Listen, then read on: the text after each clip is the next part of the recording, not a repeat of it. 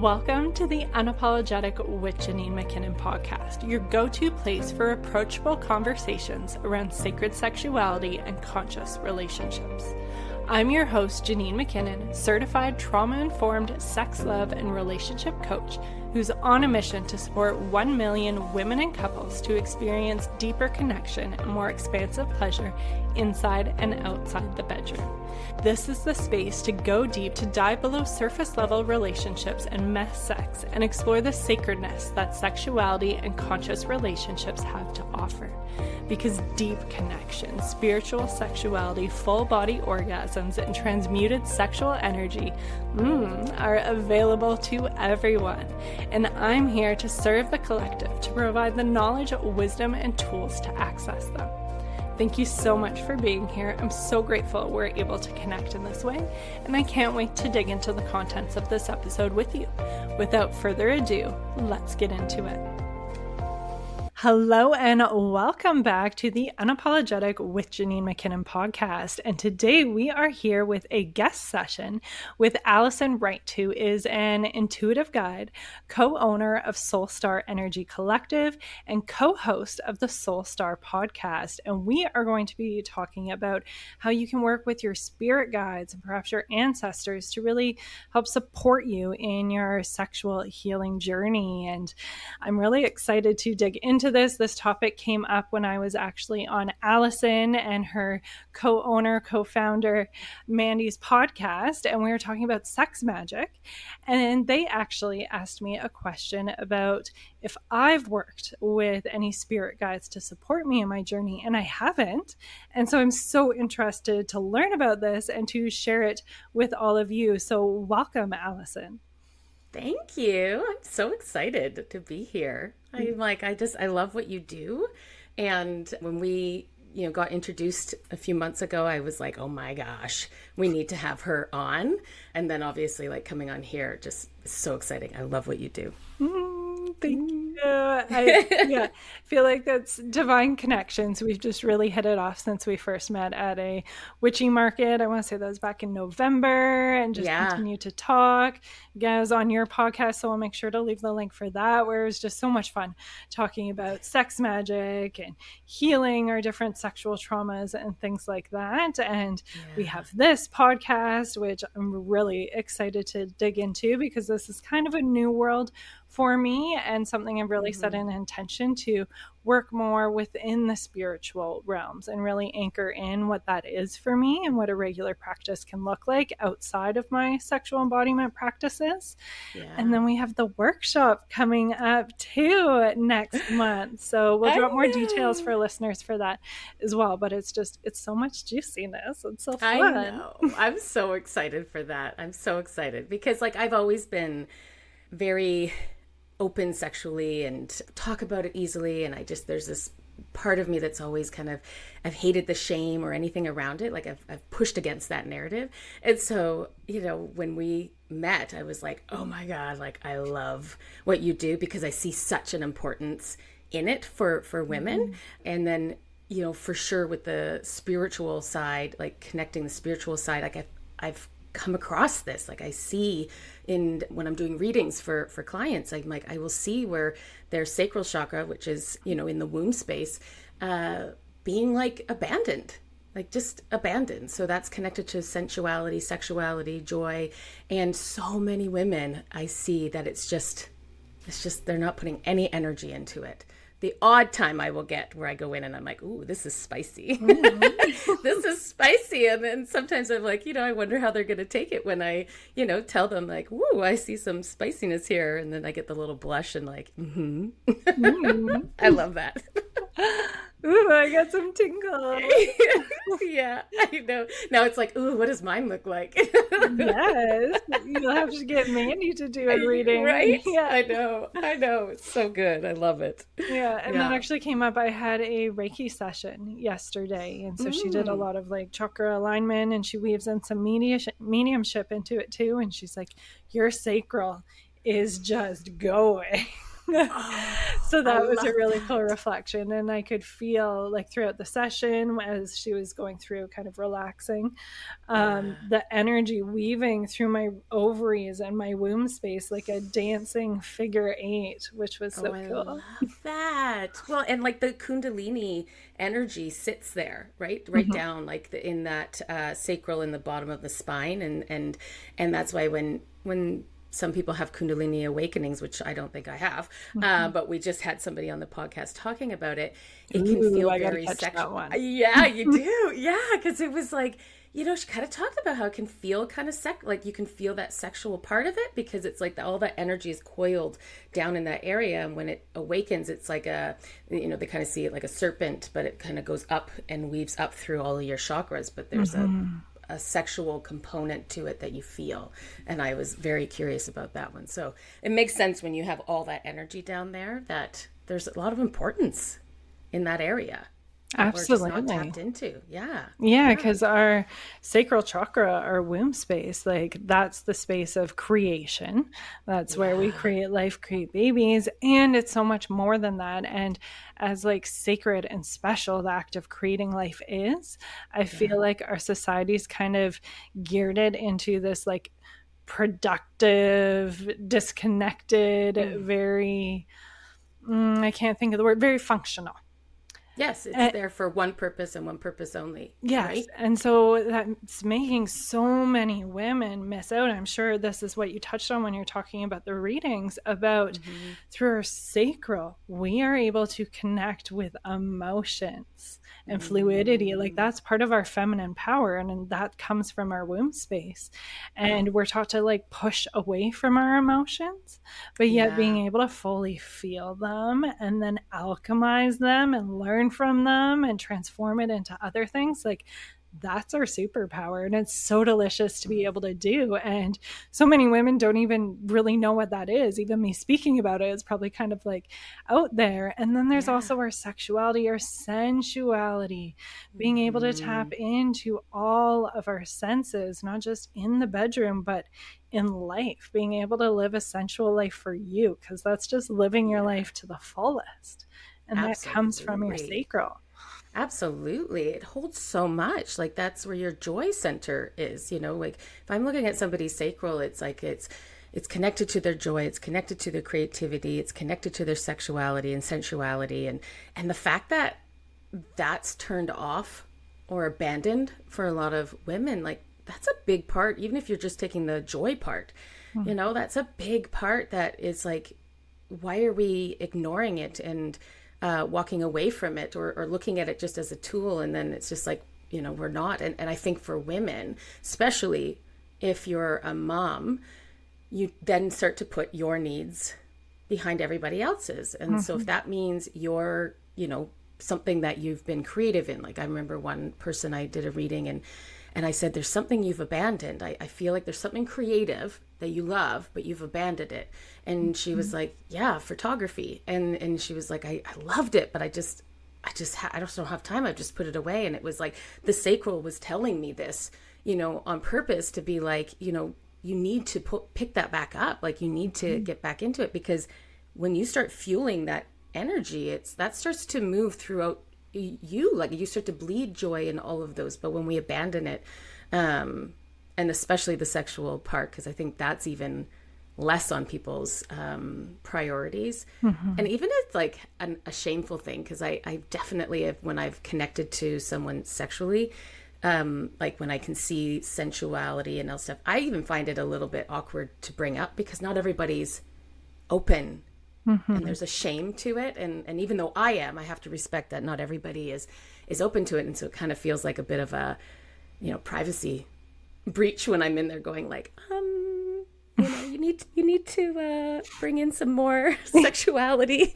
into your life, or like obviously the fiery one. I love that, but I still don't want it to be, something that somebody's like, like I don't want you to see that. Mm-hmm. And isn't that so interesting that that really goes to show how there's this openness with all our other energy centers, right? Like Yeah. I'm sure people are much more open to talk about like their heart or their throat. I'm sure you see a lot of blockages there, A but lot it's of a lot throat, more yes. approachable having those conversations. Yep. Yet there's like that taboo around Oh, sexuality, right?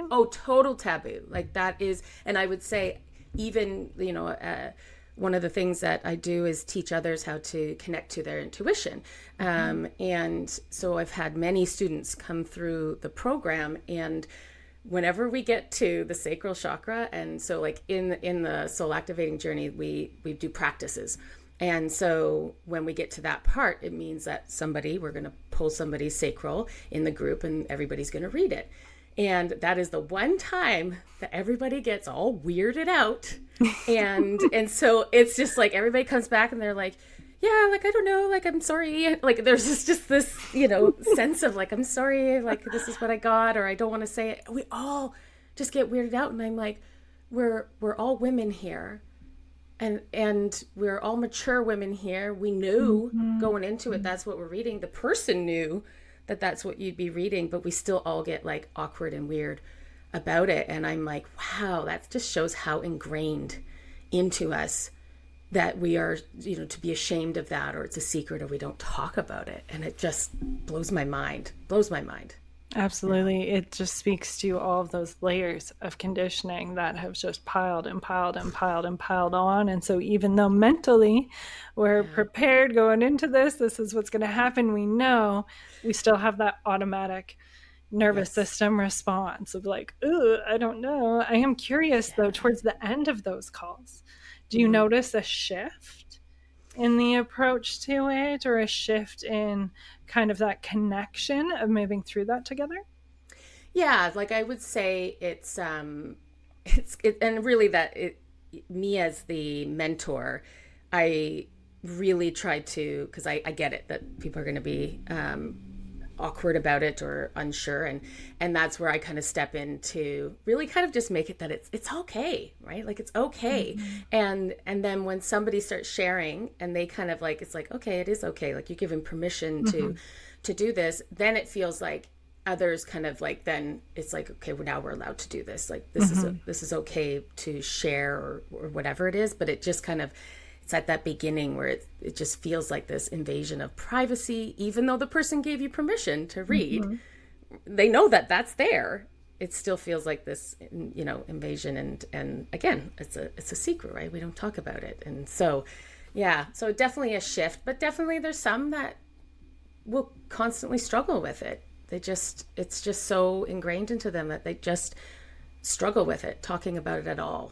Yeah. And like, also when you're reading into that chakra, like, you can find sexual trauma there. And that's another thing, is like, when you're, that's one thing, like, when teaching others to connect to their intuition, if they're doing readings for others, it's having to be very cognitive and sensitive to what you're receiving and how you kind of deliver that, because that's an aspect to it. I don't necessarily, if I do see something, I will maybe speak around it and not really like say exactly what happened, leaving it open for the person to either divulge more, but that they know that I've seen it, type of thing. Just so it's not, because it's a lot, Do you desire more in your relationship and sexuality?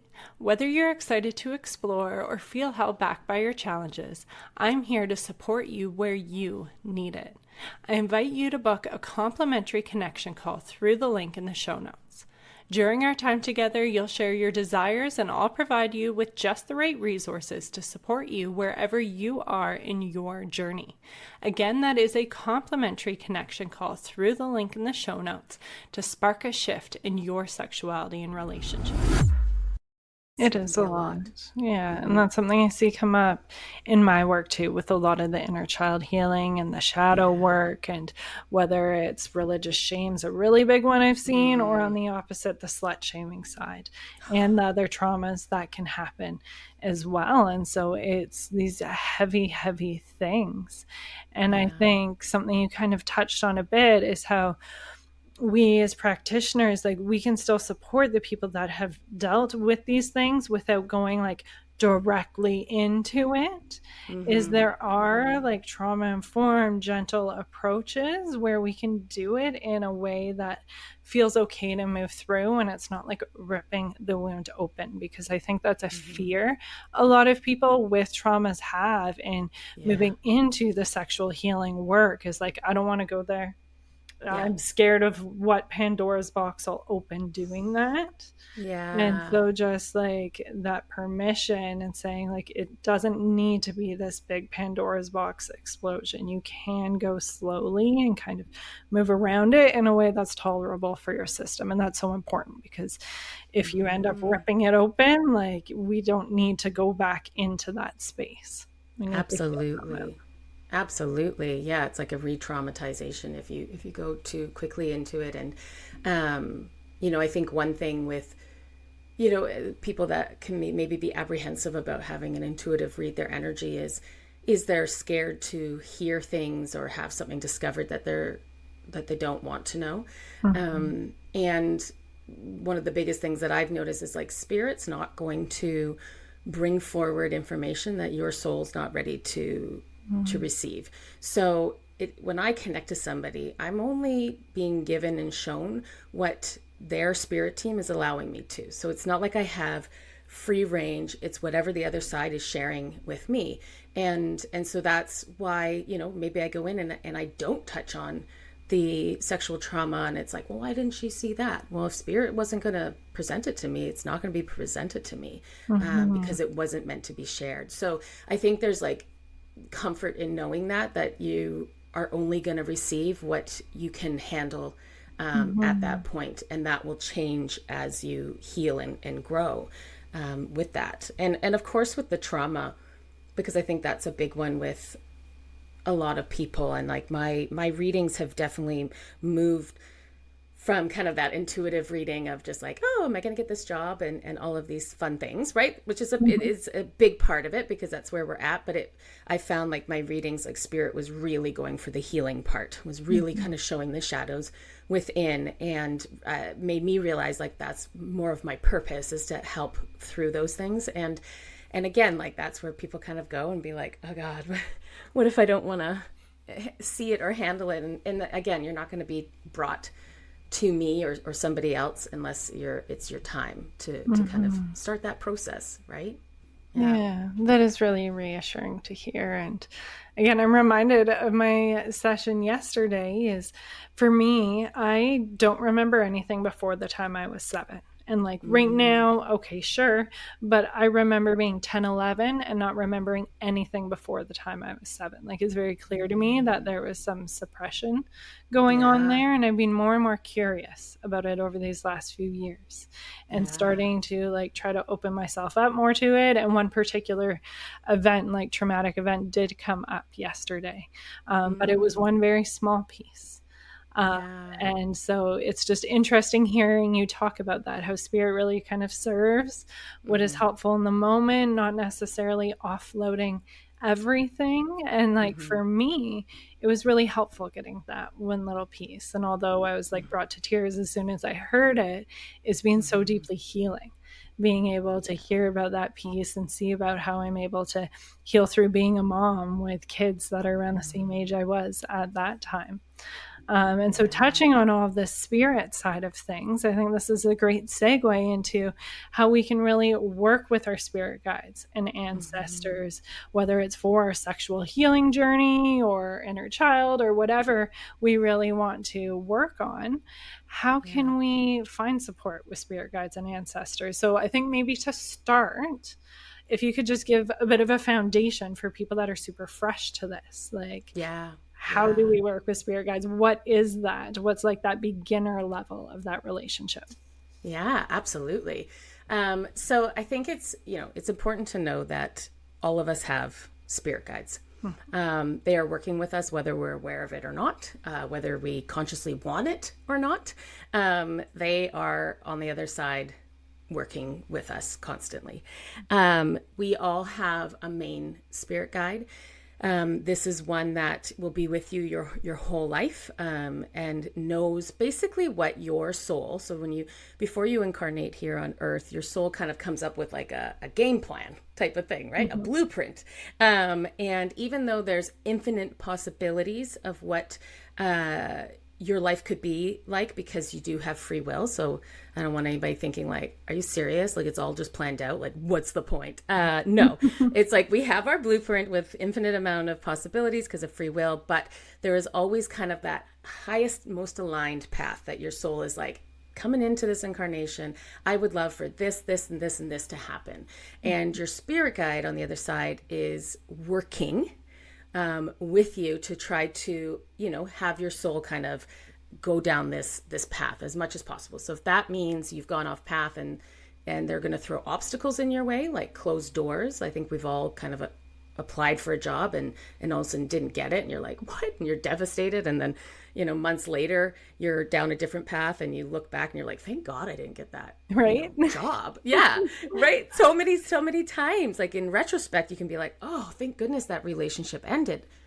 Always. But that's your spirit team on the other side, like putting blocks up so that they try to keep you on course. Mm-hmm. And it doesn't mean, and that another thing is like, because then some people are like, well, man, I've gone through so much hardship. Like, let's just say there was sexual trauma. Like, where was my spirit guide then?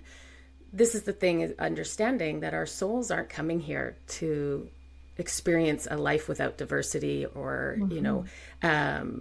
There's polarity in everything. The whole point of our souls coming here is to learn. And we learn through hardships as well, right? So mm-hmm.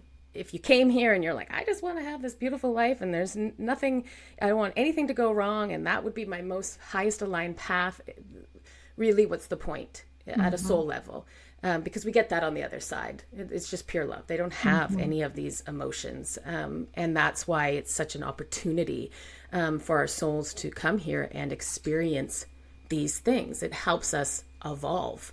So, with your spirit guide, like they're always there kind of like helping to try to guide you. I always like look at them like it's like they're like, whoop, like just kind of like moving you along, and you're like just little nudges. Keep on going, even if you don't like them. And so like working with them, one of the easiest, like the fastest ways before, like this is something obviously I teach in. Well, we have a self-paced course, which is Meet Your Spirit Guide. Mm-hmm. So it takes you into guided meditation and, understanding the clairs. That's how you kind of receive through hearing, feeling, seeing, all of that. And then I also teach it in the soul activating journey, but it's a journey. But if you are looking to have like, I want to speak to my spirit guide today, the fastest and easiest is oracle cards. If you have oracle cards, yeah. So I'll do this all the time, even though I can, like connect to my spirit guide and I can hear him. It's not a man's voice in my head. Don't worry. It's my own voice, but I can tell the frequency difference. I know. It's one of these. Like, okay. Yeah, you're like, what? Who's that? Who's that in your ear? No, it's your own voice, but there's a frequency difference when you hear it, and it's so subtle, so a lot of people miss it. But the easiest way is like grabbing a card deck and just asking your guide, like, what message do you have for me today, or whatever question you have. But I love just doing like, what do you want? Tell me right now. And then pulling that card, and you get to read the message in the book. And I remember the first time I started playing with my very first deck of cards, and I pulled a card, and the word was envy on it, and I was like, I don't like that word. I was turned off of that one. And so, I read the message and I was like, well, that was dumb. And then the next day I went and I pulled another card and I got envy again. And I was like, what the fuck? and so I'm like, what the hell? And, I started to sit with it a bit more. And then the third day, I freaking shuffled this thing. Like I I think I laid out all the cards on my bed and I reshuffled it all together and I pulled envy again. Like we're talking over 100 cards. Like screaming at you to look it's screaming. and I was like, okay, oh my God. I'm like, fine. And then that made me, it was a shadow that it was like my spirit guide was obviously like, you're not getting it. I want you to look at this. And so I sat with it and really sat with like, okay, like where am I envious in my life? The word felt like a bad word in my body. Like when I heard it, it felt like a bad word and I didn't want to be associated with being envious. But it was like, okay, I need to face this. And I really sat there and just kind of dissect where I feel envy and why and where that's attached to. And then the next day I go and pull a card and I didn't pull envy since. Like it was the craziest thing. But that's, like that's that connection. Like we're communicating then. I've had times where, so my guide, he's a bit of a hard ass. It pisses me off so much. But, like, and Mandy's guide, my, we host together on the Soul Star podcast, but her guide is like super friendly, bubbly, funny, all of these things. And mine's serious and stoic. And she can like go, like there's card decks that'll have a yes and a no in it. And this works for her all the time. She'll ask her guide a question like, should we change the name of the podcast, which we did. And she'll get a yes or a no. Like she gets all the easy ones. No, not mine. He's like philosophical. And I'm like, this is ridiculous. And I'm like, why can't you just give me the easy button? And does not. And I remember one time I had a bit of a tantrum about it because I was like, come on, man. I'm like, just give it to me. And I go and I pull a card and I got a yes. And I was like, oh my God. Because it was, I know. And I was just like, I'm like, thank you. I'm like, is that what I have to do is just get mad? I'm like, thanks. Just throw me a bone once in a while. Right. But that's where it's like super crazy because then you really feel that connection with your guide. Yeah. It's so cool. So I've felt this presence of like 2-ish with an animal coming through and then was confirmed with that yesterday. So who I call, I don't know if these names are right or whatever, because again, I'm in this like newer phase. I'm like, am I doing this right? Like, I don't know. Yeah, I love that. And so I call her Lady Luna. She's on my left. Oh, I love that.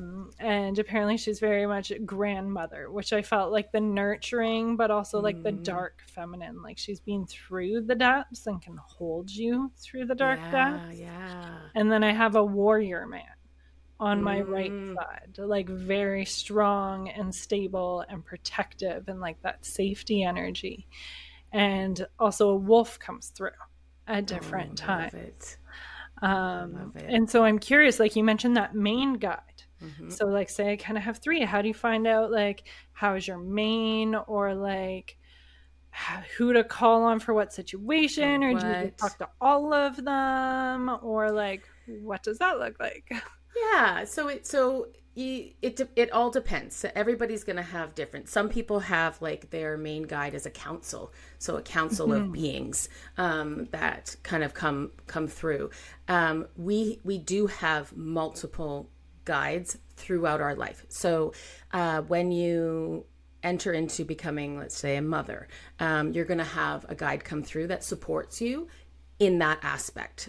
So kind of like I look at it as like specialties, right? So we have like maybe our main one that's there from and has been with us for many lifetimes and was part of the planning of what your life was to look like. Like that's kind of what their role is and they'll always be there. But the kind of cameo ones that come in for specific things, if you're going through grief, you're going to have a spirit guide that helps with that.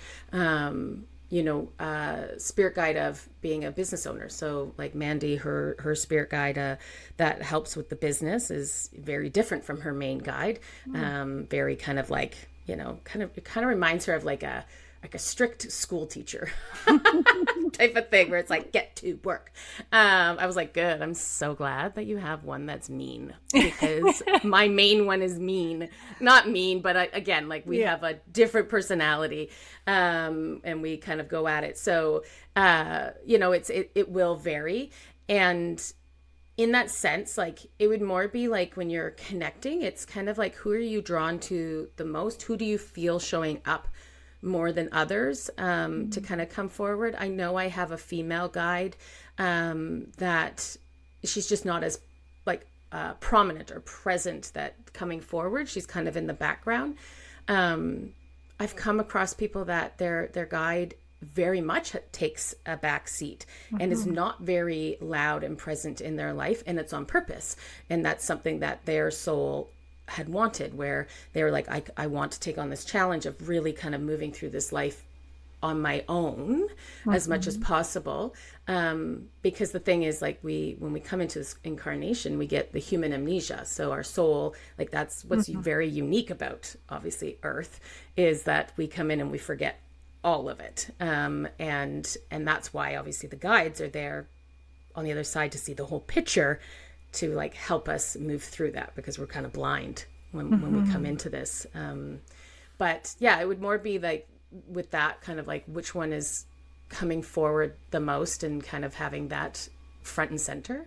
And I love that it was like the left was the female and the right was the male, because that's exactly how we're taught, is, you know, where does that energy come forward? Where do you feel it on your body? Because then the right is typically associated with male energy. And and as for names, they don't care. That's a human thing. So okay, that's nice permission.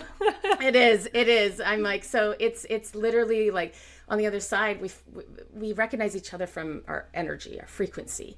And so on the other side, they're like, we don't care. Call me whatever you want. Or maybe they'll throw a name out, but they're doing it to appease our humanness that wants to put a label on somebody. My guide, the name I had that came through was Allah. Well, that's a word for God. And I just hated saying it. Fair enough. I know. And it was triggering. Like, I was like, what? And I'm like, I don't want to have to say, like, I hated it. It felt pompous. Like, it felt like it was like, yeah, my guide is Allah, you know, like my guide is God. No, come on. No. And this is why my guide and I butt heads, because I'm very stubborn, and I know why he's been placed with me, because I will always choose the easy button if it's presented. And that is part of my lesson of like, that's why I don't get the yes cards, because it's like, no, you need to learn to trust your intuition instead of like outwards. And so I complained about his name, and then I had a reading, and the girl had picked up, was talking with him, and she was like, yeah, and as for the name, he doesn't care. She's like, you can call him A, H, whatever. He doesn't care. Like, kind of like, get over it. Yeah. And so I've called him H ever since. So now it's just H. I'm like, that's who he is, and it's way better for me. Yeah. Yeah, I was getting a sense of like, oh, he's there to like push you, whether it's to like push you to like take those extra few steps, or like do those boundaries, or whatever it might be. Is like, no, you got to work for this. I do. It's so annoying, and I'm like, it really drives me nuts. I'm like, I came across this spiritual tool, dowsing rods. And, you know, so cool. You can watch somebody online, and you hold these dowsing rods and ask questions, and spirit will either cross them or open them, and, you know, whatever it is, yes or no. And I was like, oh, that's so cool. And so I got them, and it was like they would move so dang slowly. Like, it was ridiculous. Like, I'm like, who has time for this? And then Mandy takes them, and she then connects to her guide, and she starts to ask, and it's like back and forth, like just yes, no, so fast. And then I go back, and it's like, and I'm like, oh my God. I'm like, you're such a jerk. Because then I like received, because it's like, you don't need these tools. You got to listen to your inner tempo. Like, you got to listen. And then that's one of my biggest lessons, is like listening to myself, trusting myself, going within, and not constantly looking outside of myself. But it pisses me off, because I want to have fun too. That reminds me, this was probably a couple of years ago now, getting into pendulums.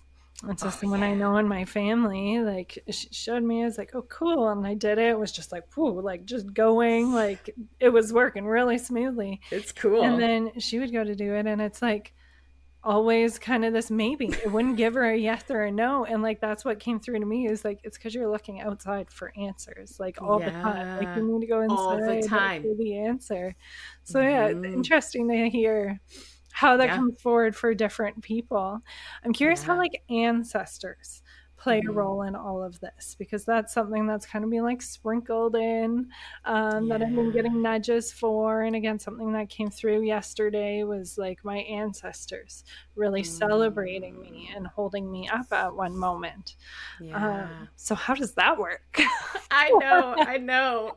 Oh man. And like, I see that so often, either in the sacral or the root, where that will come forward. And I've seen it where there's like a chain. Sometimes it's a chain. So sometimes I'll see it where it's like the ancestors on the lineage of the mother line, and they've all been kind of chained to this,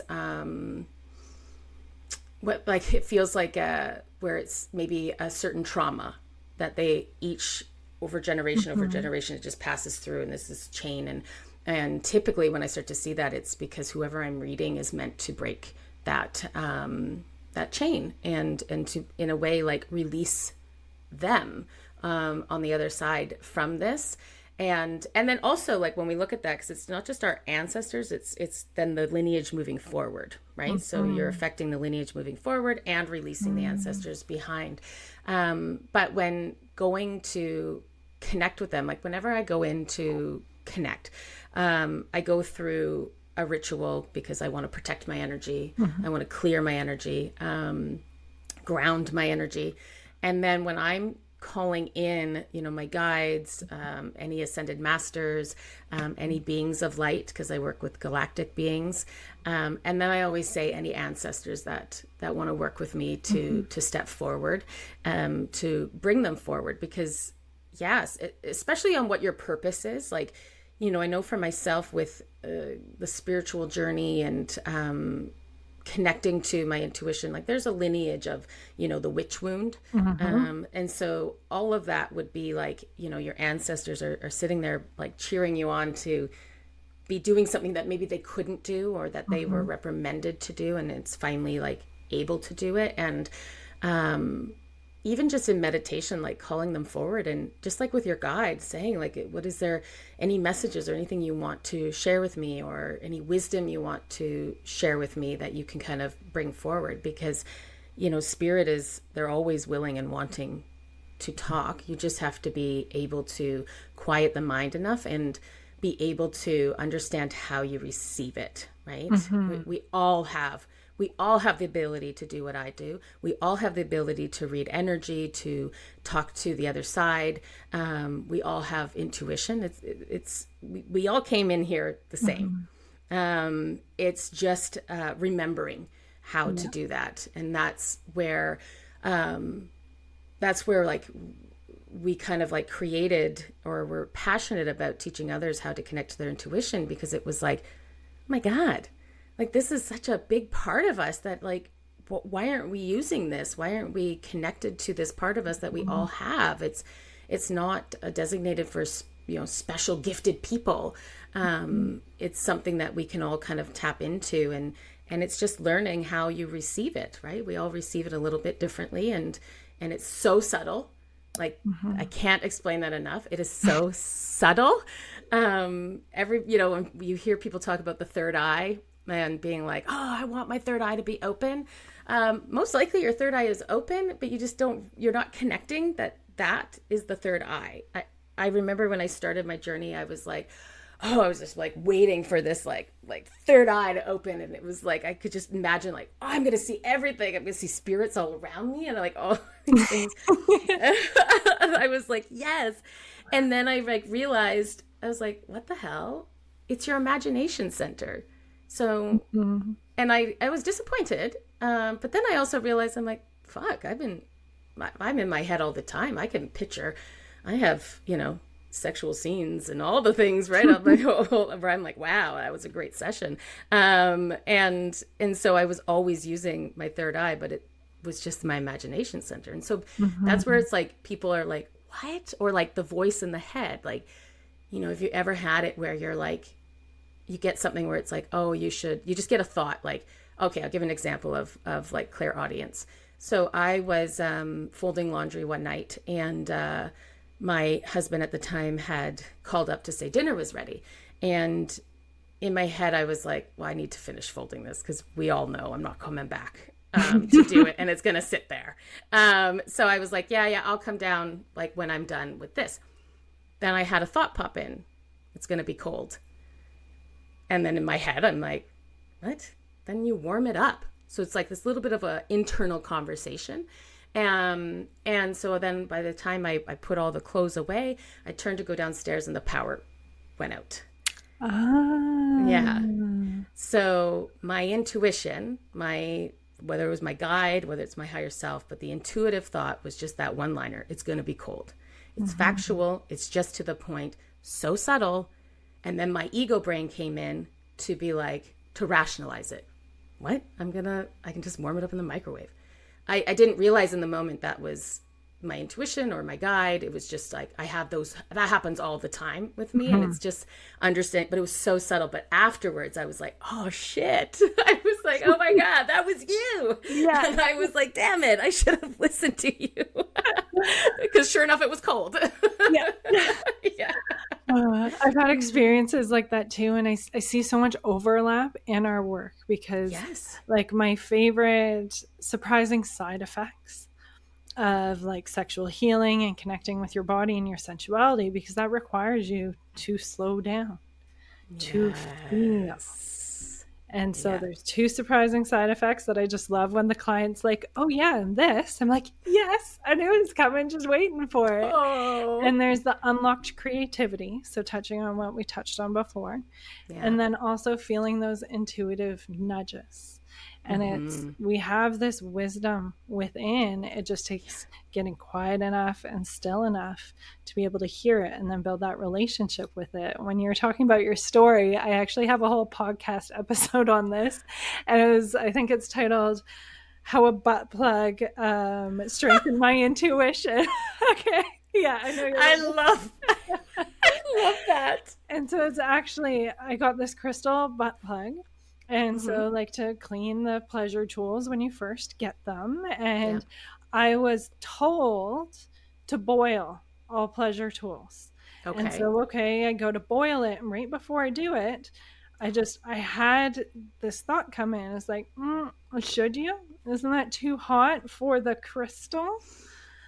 And I was like, overrode. I'm like, no, this is what that person said to do. Sure enough, immediately I hear the crack.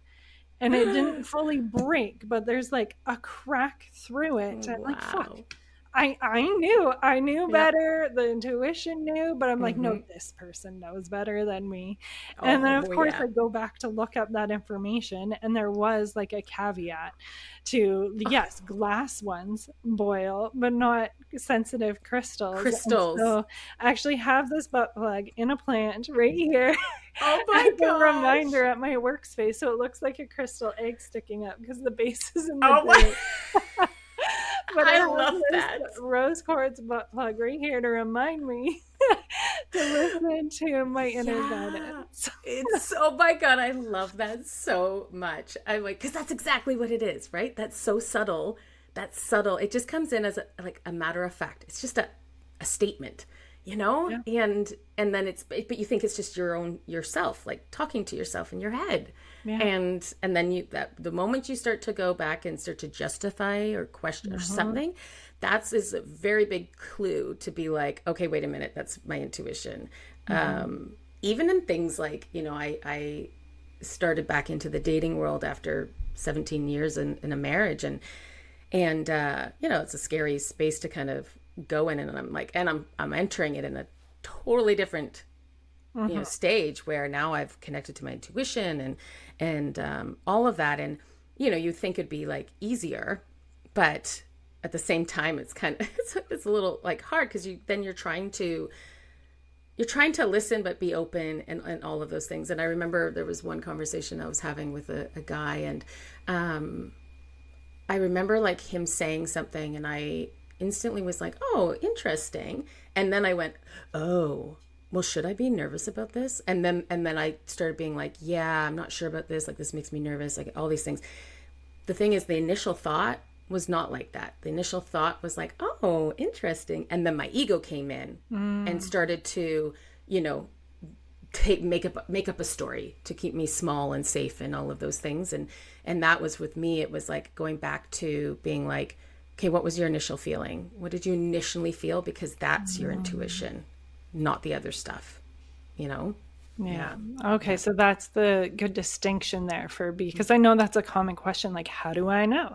Like, I have anxiety. How do I know if I'm just worried about something or if it's my intuition or being like, warned? no, don't do this. Yes. Well, that's the thing. Anxiety will loop, and it will be in this loop where it'll continue. Intuition is a statement and it's done. Like, it's just a calm statement and it's done. It's not going to sit there and be like, you shouldn't be doing this. You shouldn't be doing this. You should turn around. It's not going to have that frequency where your anxiety is going to have that constant loop of fear, right? Intuition's not fear. It's not going to be fear-based. Even if it is like to say you shouldn't do something, but it's not going to have the energy of fear in it. Yeah. And I'm getting a sense like, it knows you're going to be okay either way, but like, I'm still going to throw out these warnings for you. And it is what it is. So it's more like that feeling than like the fear of it. And so if you're kind of wondering, just calm yourself. Let's get out of the anxiousness, just have some breaths. And then, okay, what was the initial feeling? Yes. Yeah. When it came to it. Absolutely. Yeah. Okay, so you touched on oral cards. What are other ways we can begin to work with our spirit guides or ancestors, whether it's for our sexual healing journey or for other things? Yeah, so definitely in meditation. You know, at the beginning of my journey, I fought meditation because I just hated it. I have a very busy mind. I have ADHD. You know, I live in my head. So the thought of, because I can even hear some people saying, you know, oh my God, like I'm constantly, there's no way, like I'm just constantly going. Like, you know, there's no way I can settle it down enough to concentrate on that. And like, absolutely you can, it just takes practice to do it. But that is the space that we really kind of like anchor into, to be able to, like you say, slow down, quiet, to be able to hear those nuances. And, you know, you do get to a point where you don't need to go into that space, because now you know you've felt and have received and experienced the difference. And so you can start to, like, throughout your day, just recognize when it comes in. But when you're not sure of what that kind of is, it's like you need to kind of isolate it down so that it's like in the spot where it's just you and your guide, and you can feel that kind of conversation or visualization or whatever. So going into meditation, we always, you know, with our Meet Your Spirit Guide, like through the guided meditation, it's like it guides you to like a place of nature, and really like you're standing there and you're just asking your spirit guide to come forward. A lot of people get stuck on not being able to see them. Do you desire to feel confident in your body and empowered in your sexuality? The Honeypot Meditation is a potent 12-minute visualization to support you in connecting with your sexuality and rewiring your subconscious with the confident, radiant energy you'd love to embody. Download completely free through the link in the show notes and get ready to immerse yourself in a visceral experience as you connect with your sensual, radiant essence. That is the least important. So you don't need to see anything. I've never seen H. H comes forward, you know, I always just feel him, or I just know his presence is there. The closest I've come to seeing him is just like a bright pillar of white light, but that's what he is. Like my guide is a Palladian being, a galactic being. And, you know, really it's that, it's like that energy. So that white beam of energy that kind of comes forward. But this is where we see a lot of students like really get caught up or like stuck because they're like, I can't see them. I can't see them. And it's like, you don't need to see them, because again, on the other side, we are just frequency and light. Like we aren't forms. You know, your guide will, if they want to, like when I've read other people's guides, like, yes, sometimes they'll present themselves as a certain like being, like whether it's a fairy, like you can have a fairy guide. You can have obviously a human type guide, but they will present however is like best for you to receive it in that instance. And they can change, you know, again, like they will change form, because sometimes people will be like, oh my God, they just showed up. But what we're trying to connect to is the frequency and the feeling that they give you. So when you say your one guide was nurturing and, you know, that feeling, like that's what you're anchoring into, not the name, not the look. It's what does this energy feel like? And then the other energy felt more protective and warrior. So it's, again, it's that energy. It doesn't, all the other things don't matter. So when you ask your spirit guide to come forward, it's kind of just releasing expectation. Really surrendering and just allowing yourself to sense and feel. So if you hear something, great. If you just have this, like, I don't know, I feel like this, I feel this nurturing energy, or I feel this presence. Like, it's just the subtleties of that. Like, how does it make you feel? And it's just starting with that. And your ancestors, again, same thing. It'd be calling them forward, or, you know, sometimes like, if there's a bunch of them, it can be a bit overwhelming. So you can create in meditation, like whether it's like a hut or something that you kind of sit in and you invite one in at a time to connect with you. I do that, especially if like mediumship, if you're connecting to past loved ones, and sometimes like a whole bunch will be like, we've got this opportunity, we're showing up, and it's like, whoa.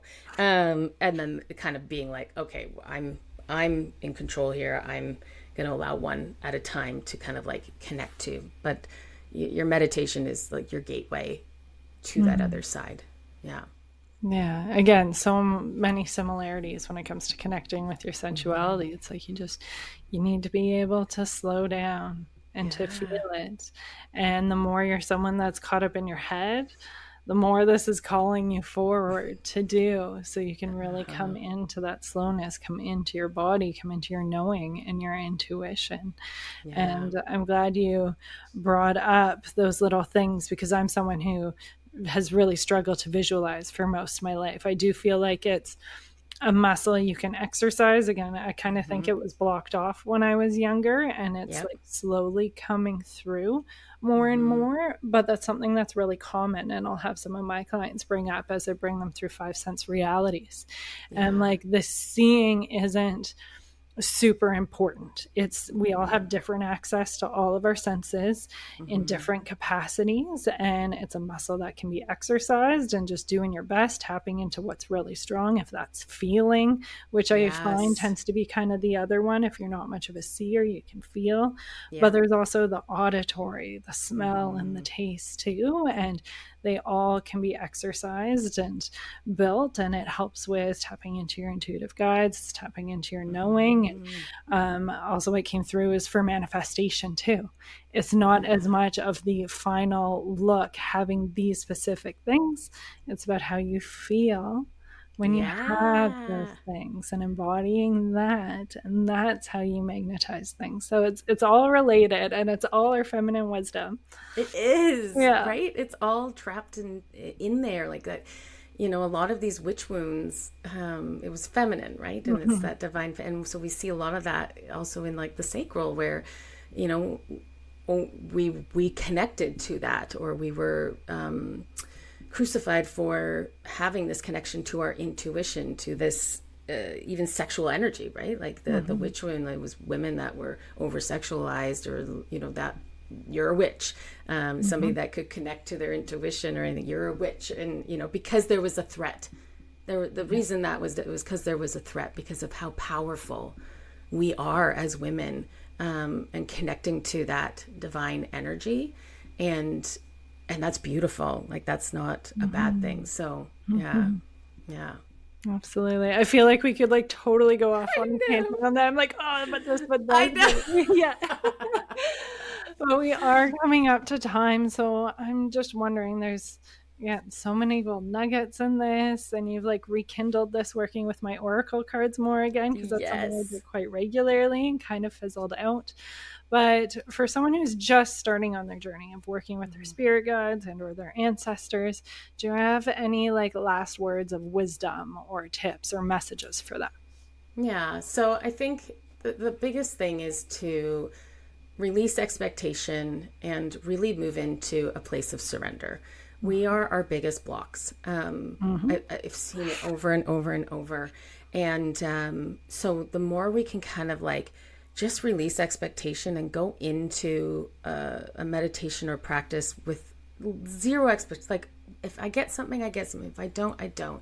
But the moment we start to put those expectations on, it starts to block us. And spirit is really big on surrender. They're really, really big on surrendering. It's the most annoying thing. Orgasms. Right? Yeah, right. So it's like, and so that surrendering aspect, they will constantly give you opportunities on how to surrender. And whether that means they're going to block you because you're getting micro-focused on, let's just say, seeing. Because that's probably the biggest one, is that students have gotten micro-focused on the seeing and they can't get past that. Or they'll hear other students like saying, oh, I saw this and this. Because yes, some people are going to naturally see more. And then they're like, I can't see anything. And then literally it just stops. They don't even care about what they're feeling. They don't even care. It just completely blocks. So it's releasing all of those expectations and surrendering, because that's when you're really going to have that flow and connection with spirit. And on the other side, when you can just like let it in. You stop taking the driver's seat, right? That's, we always kind of be like, I'm driving this thing. Like if we can go into it and let it go, it's just gonna flow in so much easier. Yeah. See, same thing with sex. There's so much like, oh, I want to like orgasm together. I want to have a cervical orgasm or this or that. And it's goal focused. And it's like, no, we're here for the journey, and tap into what's here right now. Yeah. What sensations do you feel right now? That's what this process is all about. It's not your ego mission that you've tied into things. It's what's here right now. And the more you do that, the more that goal is going to come forward for you. But you have to let go of it. You do. Yeah. It really is the biggest part. So yeah. And when you do, you'll be so happy. Like you'll be so that you will be rewarded. Like I've experienced that. You will be rewarded. So yeah, I love it. Yeah, absolutely. Well, thank you so much. This was so much fun. And I feel like we got lots of collaborations coming forward as time unfolds. But our first one that is coming up is our masterclass in April. We're going to be releasing details as the time of this podcast comes out. Would you like to share a little bit about it? I know. I'm so excited about that. So it was really, I've obviously felt this real strong connection to what you do. And that's come in loud and clear with readings in my own life recently. So, you always know Spirit's leading you to where you need to go. They're nudging you. And so this kind of like us coming together to bridge that. So how do you work with your spirit guides to connect to your sexuality? Because you would have a spirit guide, or there's an ascended master or a goddess that you can pull on to help you on that journey. So we're kind of like looking at bridging that, the two worlds, because like you just said, this whole podcast, there's so many overlaps because we're all talking about the same thing. It's energy. So I'm excited to have and see where that kind of goes, because it'll be so exciting. Yeah. I'm excited too. So we will have details for that. And for anyone that's like, I want more of this from Allison, where can people find you? Because I know there's like podcast, YouTube, Instagram, all the things. So all the things. Yeah. So the website is Soul Star Energy Collective. On Instagram, Soul Star Energy Collective. Everywhere it's Soul Star Energy Collective. Easy to find.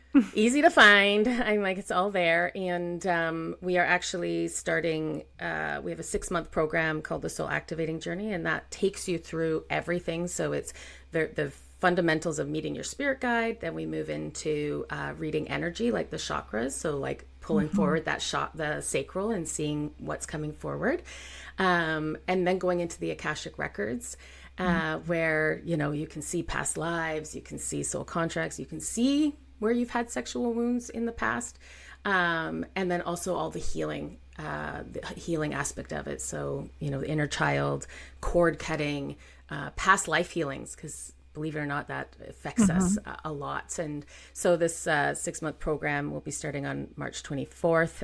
And yeah, it's a beautiful program to kind of, you're like getting the nudge, picking up the breadcrumbs, and you're like, oh my God, I need to do this. Then definitely that's something that you're being pushed, your guide is pushing you to do.